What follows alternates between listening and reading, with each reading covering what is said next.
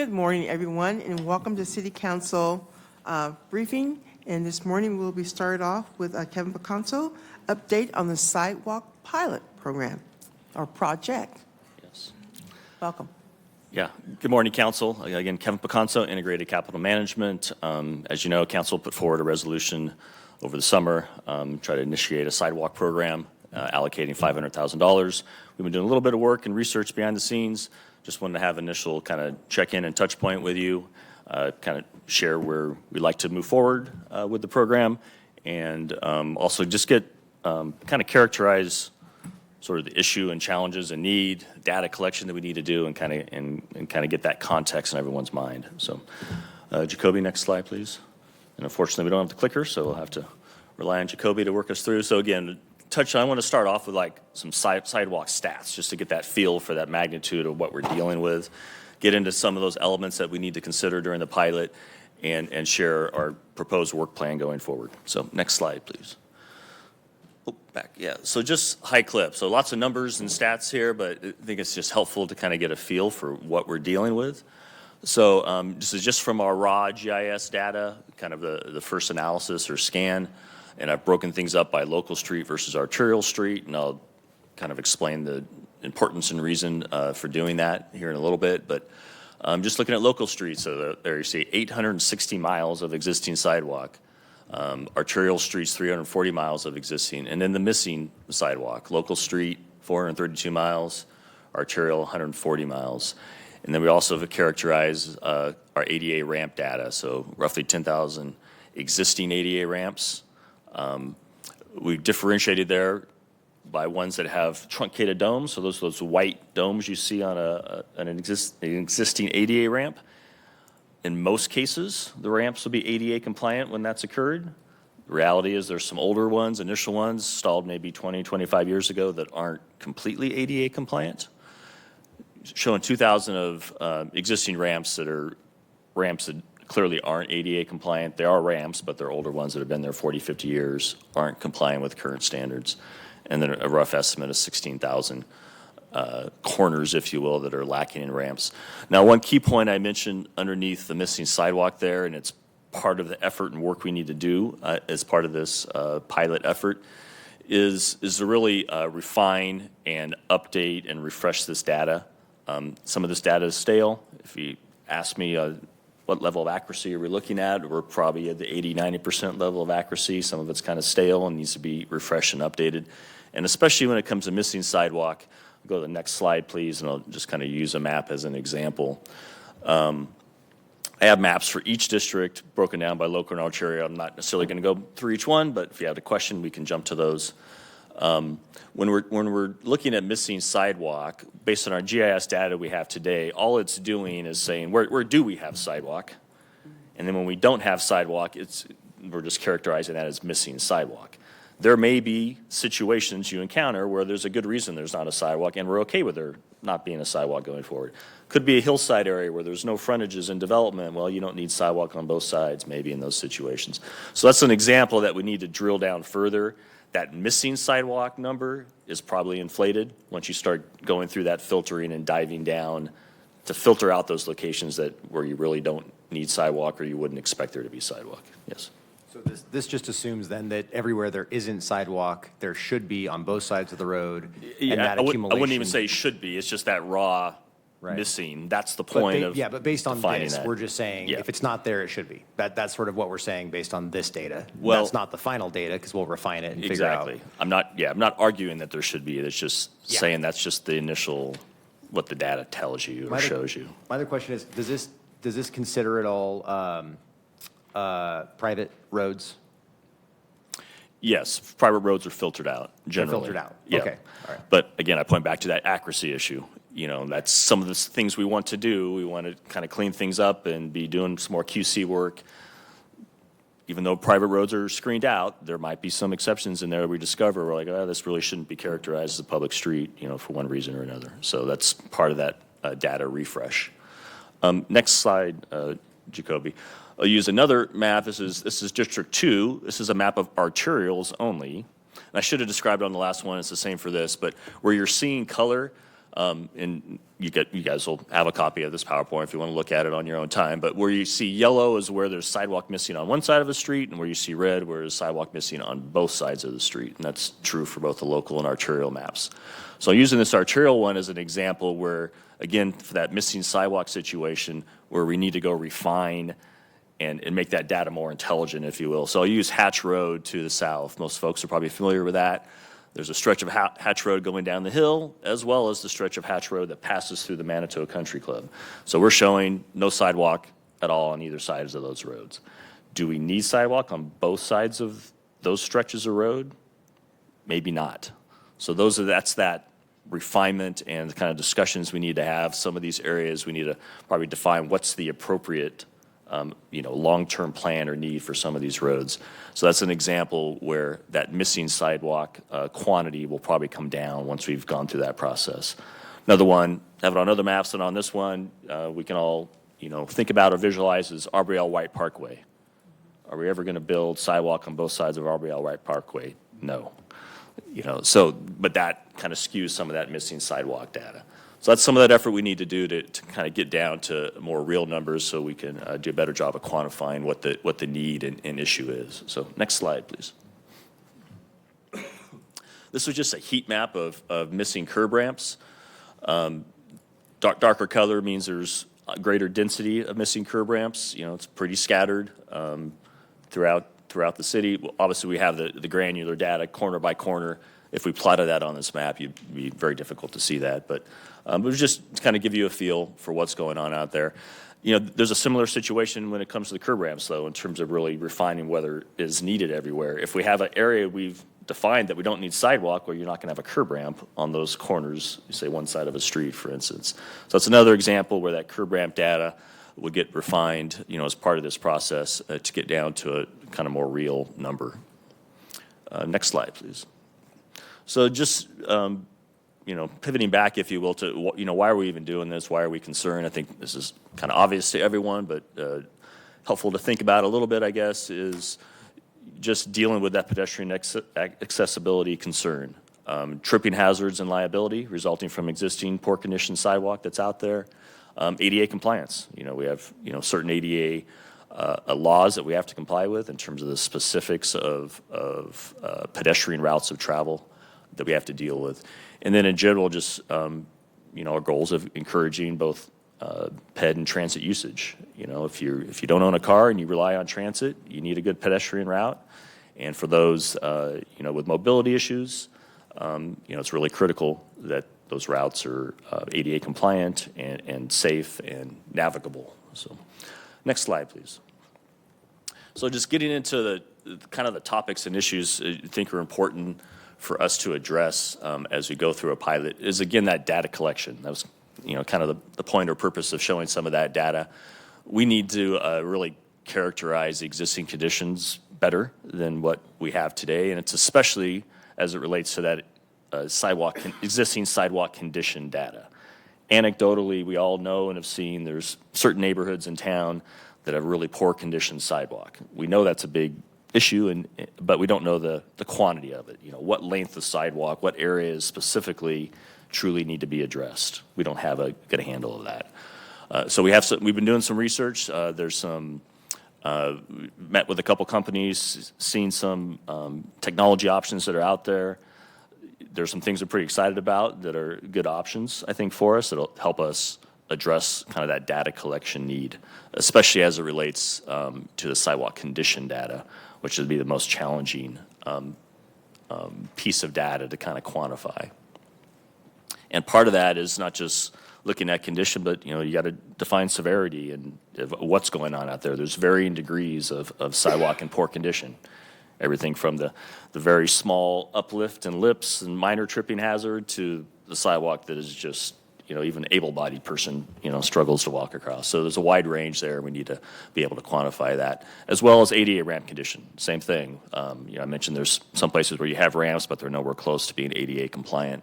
Some of these technology options can go down to the level of literally measuring slopes, presence of truncated domes, for instance. So it's pretty exciting option, something that really didn't exist 10 years ago. in terms of a potential solution for us. And then again, refreshing that missing sidewalk data, both in terms of drilling down on specific locations that I cited to define whether a sidewalk's ever, truly needed, but also updating the data that we have. And then moving on from that data side, actually sorry, Jacoby. So some of those other elements, we need to really get into what's the logical design of this program, coming up with some prioritization tools and methodology. Obviously, the need is tremendous. Even if we solve the funding issue, everything's not going to get solved in the first year or first 5 years, for that matter. We have to come up with a prioritization methodology that makes sense. Kevin, I think Councilmember Navarrete have a question. Oh, I'm sorry. That's okay. So the trees that are on the sidewalks and the roots are just breaking through the sidewalk, is that something that the city will also be part of fixing, or is that the owner's responsibility? That gets into that next bullet there, the policy and design standards. That's one of always been our challenges with the sidewalk. Technically that frontage zone is the responsibility of the property owner. I think we all realistically understand that that's a financial barrier for most folks to go deal with those problems. From a practical standpoint, it really depends a lot on what the funding mechanisms are, that if we figure out that part of the puzzle to actually stand up a program. But if we were to go do capital projects, and I'll use the old CDBG sidewalk program that used to exist as an example, if we go do a capital project to address, say, a bad sidewalk condition, uplifted sidewalk with tree roots, yes, we simultaneously deal with that tree issue. Of course, we don't want to kill trees, but there's a limited amount of tree root pruning that can occur. We have to have arborists involved to really make those determinations. We have different design standards that we have at our disposal to bend sidewalk around or ramp up and over those tree roots. So we have some tools and approaches to deal with those situations, but those are extremely challenging situations, and it's part of what makes this program and the challenge so expensive as well. Because working around those trees, you don't want to kill them, obviously. It's very labor-intensive work. You can't use the bigger, heavy equipment. Yes, and those are kind of the biggest example of that sidewalk condition challenge that we have. So that answer your question? Yeah. Continue through this list. So again, that policy, legal, design standards, that's everything from, again, what are there different details for some of the sidewalk repair work, for instance? What might be the legal issues of property owner responsibility versus city responsibility? Depending on the funding source we use, there's questions and issues about gifting and the appropriateness of using those dollars and how and where you use them.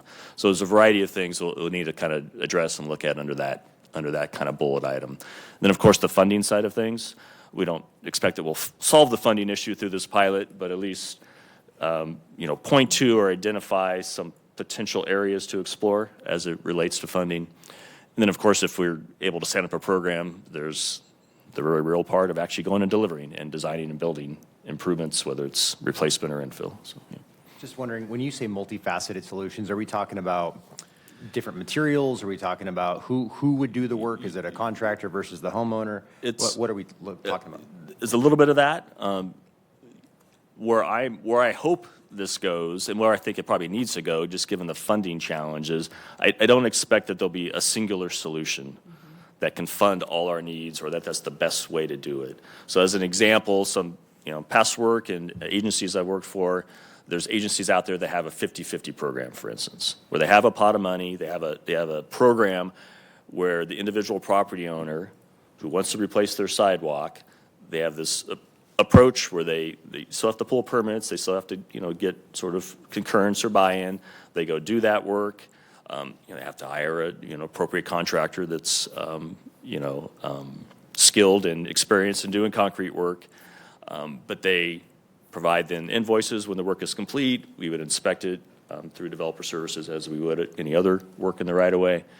But at the end, then they get reimbursed for half that cost, just as an example. So that incentivizes the folks who maybe do have some financial capacity to go do the work and are motivated, but it incentivizes folks. It's just one example. So that's one area I'm thinking of when I say multifaceted. I don't expect that it'll be a singular solution to the overall problem. You've mentioned permitting a few times, and I'm just hoping that the outcome of this will be that we're not going to require an extensive level of permitting and cost, and that those fees will be close to nil, if anything, and because I think that in itself is the barrier. So if we're hoping that something's going to happen, those barriers have to go away. And I think that's all part of that policy and design discussion as well. And we got another example for you at the end, kind of related to that point as well. It would be of interest. So next slide, please. So some potential pilot approaches. So we've kind of wandered, if you will, in our own sort of preferences of where we think it makes the most sense to kind of utilize this 500,000 and what approach to take. I think that, excuse me, that first approach that I'm kind of summarizing there is what we would prefer and what we would like to move forward with. With that $500,000 pilot funding, really be focused on, again, that data collection need, designing the program, coming up with a selection and prioritization methodology and process, as well as that kind of discussion and exploration of the funding needs. With that, there won't be any dollars left over for construction out of that $500,000, but that puts us in a place where we have a better grasp of what our actual need is and some structure to go forward if and when we can figure out that funding side of things. The second option there was kind of where we started, frankly, but based on this research, finding these other data collection options that are out there that we're kind of excited about, we really prefer that option one. There was an idea of with option two there, of doing a very small construction project, maybe starting the dialogue and discussion on prioritization and what a program might look like. But it's a little difficult to do that when you don't have that good data that you can count on to go through that prioritization process and methodology. So again, we're really kind of focused on and are looking to probably move forward with that first option in terms of approaches. But just want to share there's different ways we could go about using that $500,000. Any questions on that? Councilmember Dillon. Let's just be kind of real here. How far does the 500,000 get you in construction? Exactly. So next slide, got some numbers there. Maybe one more slide, and I'll come back to this one. So to your point, that's another reason why I'd rather not do construction, if you will, because that last bullet there kind of answers your question. We would need some of that 500,000 for just some of that labor and data effort up front, and maybe some limited data collection, but really about $450,000. That really only constructs about $1,500 feet of sidewalk, approximately 5 blocks, especially if it is it'd be on the lower end of that value if it's sidewalk replacement, because sidewalk replacement is going to cost, in general, it's going to cost a fair amount more than infill, because you're dealing with demolition, you're dealing with the tree issues more. So it really doesn't buy you much, equivalent of roughly 5 blocks. Obviously, that could be half blocks here and there, a quarter blocks and all that, but that volume of work, you saw before, we have 5 million lineal feet of sidewalk. Not all of it needs to be replaced, of course, but let's say 10% of it does, that's nothing. It's a drop in the bucket. So, yeah. Yeah, I strongly favor number one, because I just don't think you can come up with a plan without having all the data and information. But I guess my question on this, though, is 1,500 feet, is that 1,500 feet in each council district? Is that across No, the council districts? that's Okay. total. So then if it was in one place, what would the, economies of scale get you? I'm really reluctant to, situations are so variable, conditions are so variable. Maybe you get 10% benefit by just, if it's a long single stretch of infill sidewalk only, okay, maybe you could get to 2,000. But ultimately, though, you're saying three projects, So, not if you- 20 tiny little projects. Exactly. Right? Well, ideally, because the more you break it up into small pieces, the less efficient it is, the more Yeah. costly it gets. Yeah. So there's a tipping point there. We obviously don't want to go replace sidewalk. It doesn't need to be replaced. And there are a lot of situations where you do have 10 to 20 lineal feet of sidewalk around a single tree, but you also have other areas in some of these older neighborhoods where 90% of the sidewalk needs to be replaced. Well, once you get there, you might as well replace all of it, because there's, you're protecting the 10% that you're leaving there, and that actually costs contractor time and effort to protect leaving behind sidewalks. So it doesn't make sense from an efficiency standpoint. Could you also just remind me of the funding source? Is that Excuse ARPA? me? Is the funding source ARPA? I'm trying to remember. Traffic calming. It is traffic what the calming. resolution dollars, yeah, Okay. yeah. And just as, and just as a pilot, yeah. And just as a pilot, it's not ongoing funding, so. Councilman McCliskey, go ahead. I think there's a piece of data that we could look at right now that's kind of missing from this conversation, and that's how many pieces of sidewalk property owners that have received letters from code enforcement. Could we get that Sure. and take a look at how much it would cost to help those folks before we completely invest in just doing a sidewalk inventory? Yeah, let me look at that and we can talk with Luis. I mean, one thing I would point out, because I've been in some of those meetings and discussions on that, one thing I would point out is a lot of that is just complaint-based, Yes, I know. not necessarily a good representative example of where the needs and problems truly are. Very true, So- but those are the folks that are really nervous right now, so Sure. it'd just be good to know what people are looking at. Yeah, okay. Councilmember Capone. Yeah, that was kind of going to my question. I think that data would be really helpful because a lot of the complaints that we hear are people that have to pay to repair their sidewalks. And so I was wondering where that consideration was in a potential recommendation options, I guess, of where the repair to help folks who are liable and need to replace their sidewalks now but can't afford it. Yeah, and that's kind of my point of that sample of the complaints is, I can't tell you what percentage of the total need, but it's very, very, very small amount. That's just based on a complaint. That doesn't mean that the neighbor right next to him doesn't have exactly the same need. It's just no one's chosen to file a complaint against that particular property owner. The need is still the same. You know, so that's the dicey part with this situation is, you know, do you go spend the money just because of the complaint when it's maybe not representative of where the highest needs are? Definitely. I think it would also be really great to contrast with the sidewalk inventory to see like where we're getting the complaints and then how big the actual need is. I definitely agree that we Yeah. need an inventory, but the methodology, I think we need to scale it with the complaint-driven process. And I think it will inform us how good the complaint-driven process is. Yep, sounds good. Councilman Cathcart. Just wondering, do we know, and you may not know the answer to this, but does code enforcement, when they go out and inspect a complaint, do they take any notes or put anything in the database somewhere that shows that this is just, you know, one tiny piece of sidewalk, or it's more substantial than that? Is there any way that we can use their information to gauge the level of need? I'm not certain how much detail they go to with sort of capturing that. Okay. Yeah, it's something I have to check with Luis and his staff and kind of get back to you on that. Okay. I could wrap that into kind of your question. So I would say, Kevin, my concern is, I know, just the conversations I've heard is policy, things that we have put in policy and code that increases the cost that maybe we could really take a look at. So if we don't change the policy, that could potentially help bring some of those costs down or those barriers, Yeah. then we're still running up against, in my opinion, some of the same challenges going forward. And what I'll offer on that is just one example, and I think it's a good thing that we're doing. It's not formally part of this pilot effort, but Luis and his staff are looking at, and Chris, I know, has been involved in some of the kind of the legal questions, looking at an option to modify or change what's required in terms of, from a contractor perspective, for very, very, very minor repairs. So that might be things like it's a 1-inch lip and maybe being able to grind that lip.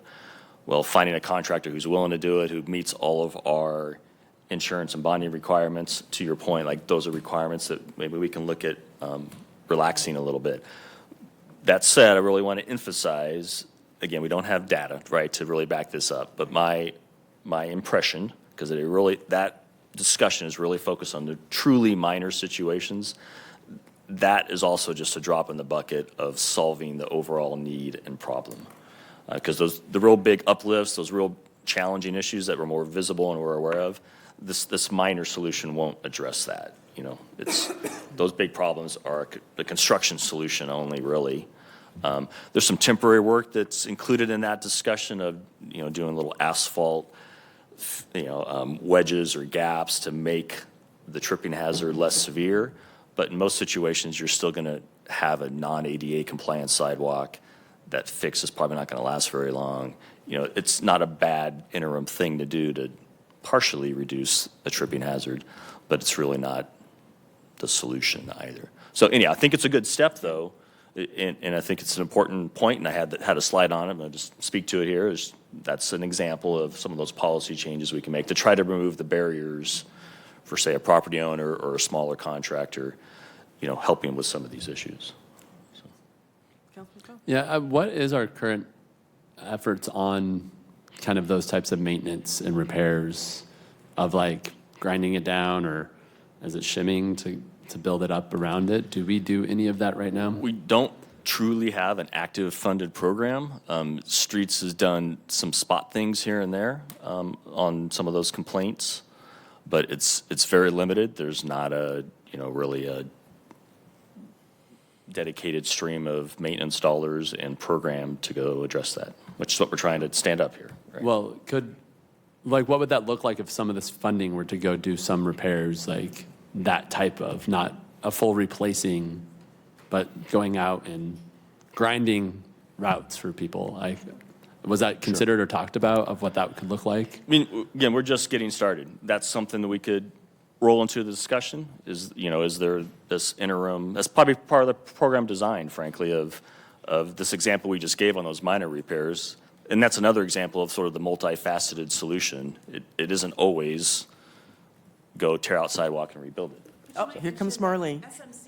SMC puts the responsibility for that work on the property owner currently. So we don't have that program because has never been a city function. I'm not saying that we can't change that, but SMC puts that responsibility on the property owner. So we don't go around and shave sidewalks around trees and those things like that because it's not something that we've ever done. And I'm not saying we can't, but that's the condition that I think Kevin's trying to show you is that, and then how do you pick winners and losers on that if I make Councilmember Cathcart do his, but I repair Councilwoman Navarrete's, I mean, this is where it becomes a pick and choose. And so what Kevin's trying to show you is what we can do with these dollars. And if we want to just go around and look for places where we could shave around trees, I don't know how we decide who wins and who loses on that. Councilman McCliskey. Yeah, I agree that would be an inefficient approach, but I think it's something we need to look at holistically and consider if we were to design a program. And I think we need to keep this cross-departmental. I'm glad you're talking with Luis. I did want to mention there are options to buy prefab temporary solutions for things like lifts. They sell them for people with lowrider cars who have gaps in their driveways. That might be something to look into to see if we could accept that. I don't know the answer to that, but I think we need to try to put everything on the table and eliminate it after we've really considered it. Yeah, and that gets to that overall program design of talking about all those other options, just like this minor repair option that we're talking about, additional things like that. I just don't want people to leave with the impression that there's a suite of 2 or 3 easy solutions that is going to solve the greater problem. The easy solutions are going to address 10% of the problem, and then now we got to go figure out the other 90% still. So, Just a question on the availability of inspectors to go out. An anecdotal story. Guy wanted to replace his sidewalk. He'd gone through the whole permit, but it was going to be like 3 months before an inspector could get out there to approve the work. I mean, so what is really the availability of people who are trying to do that work now? So is there a backlog? Is there any sense of what's in the pipeline? yeah, good question. I'll have to check in with developer services on that. That's Okay. that particular concern or issue I haven't heard about, but I'll check with them to see what the norm is. Okay. Yeah. Councilmember Cathcart and Councilmember Sapone. Yeah, on that note, I would say, I would wonder, do they go out and inspect every single, time, or is this just in certain circumstances? Because if you're hiring a pretty reputable person doing the work, I feel like maybe there's a way to streamline, the use of inspectors, if in fact we are under-resourced in that area. But just questions that I just don't know. Yeah, we could look at that as answering Council President Wilkinson's question as well. Yeah. Yeah, I was just wondering if I mean, I appreciate and think data is important, and I get the need for that too. I was just wondering if there's ways to trim down the costs on that data collection program, that there's a way to do it kind So, of yeah, in a leaner way, that some of the funding could be used for, like, Can you doing go some back? repair or Yeah, something. can you go back to that slide? So this is what we're proposing to kind of get to your questions on the data collection. I just want to elaborate or explain a few of those line items. So the first line item there is at $90,000. What that is a low-hanging opportunity we have where the street department has already pivoted and changed to a different methodology for collecting their pavement condition data, where they're basically driving the street and using this scanning technology. That same company, while they're doing that, they're also scanning the sidewalk. It's not condition level data. It's just data that can define, is there a sidewalk there or not? Is there an ADA ramp there or not? They have that data in their possession. We got to go pay them to go post-process it and provide that data to us. But we think that's a relatively cost-effective approach to help improve that data that I mentioned about the quality of our data and whether we have a sidewalk or not, and improve that data compared to what we have, and it's kind of a QC effort. It also will help us prioritize our focus areas getting into that second item, so that data collection need and some of the options that we've explored and seen. That's an estimate of what that effort would cost. It's still somewhat labor intensive, because even though it's a use of technology, and we need to explore other options. I just want to be clear there. So we've looked at a couple of them. There's probably other firms we're not familiar with that are exploring similar approaches. But that basic technology is using iPhone Pros. So the more sophisticated iPhone Pros have LiDAR technology, which is basically a survey scanning technology. They basically have to walk the sidewalk, but it captures and scans, and it identifies whether a sidewalk is ADA compliant or not in terms of its slopes. It categorizes it. They have a methodology that will identify these lips. I think that's a fairly cost-effective approach, and that's an estimate of basically walking all of our sidewalk system. Now, to your point, one idea on maybe saving a little bit on that is maybe we look at our data and go, all right, let's not do sidewalk that's 10, 12 years old in a relatively new subdivision, because odds are its condition is fine. It's built to more recent standards. It probably doesn't have the tree issues yet. So maybe prioritize, things that are a little bit older. I don't see cutting that cost in half, but, maybe it's $250, $275. And then, and just real quick, just want to finish to kind of button all that up. The 110 that we're showing there is just the labor side of things. These companies can provide the labor, but it's going to be more costly.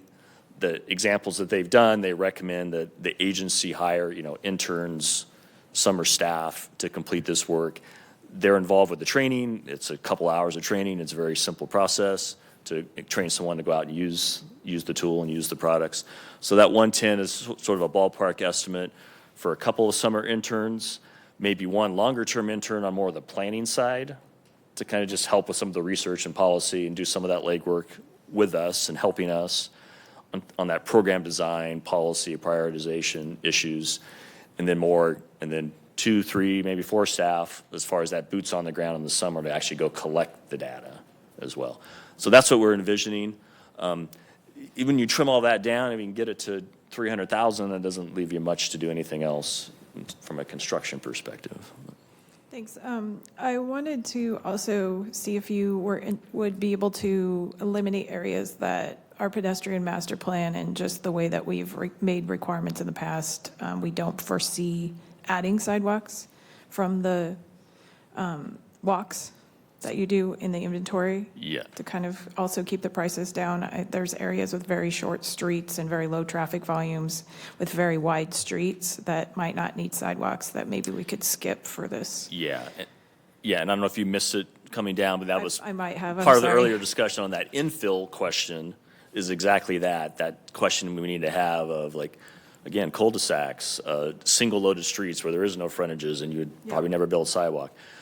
So to that point, for this condition scan, we wouldn't be walking those stretches anyhow. We're only going to walk where we know we have existing sidewalk. And like I said, I think we'll have to pick an age, but we can probably screen out the 10, 15-year-old or newer sidewalk, at least with the initial scan. Maybe it's an incremental thing you do, in future years if this program gets stood up to have consistent data, but maybe that could be reduced or eliminated from this initial effort. Yeah.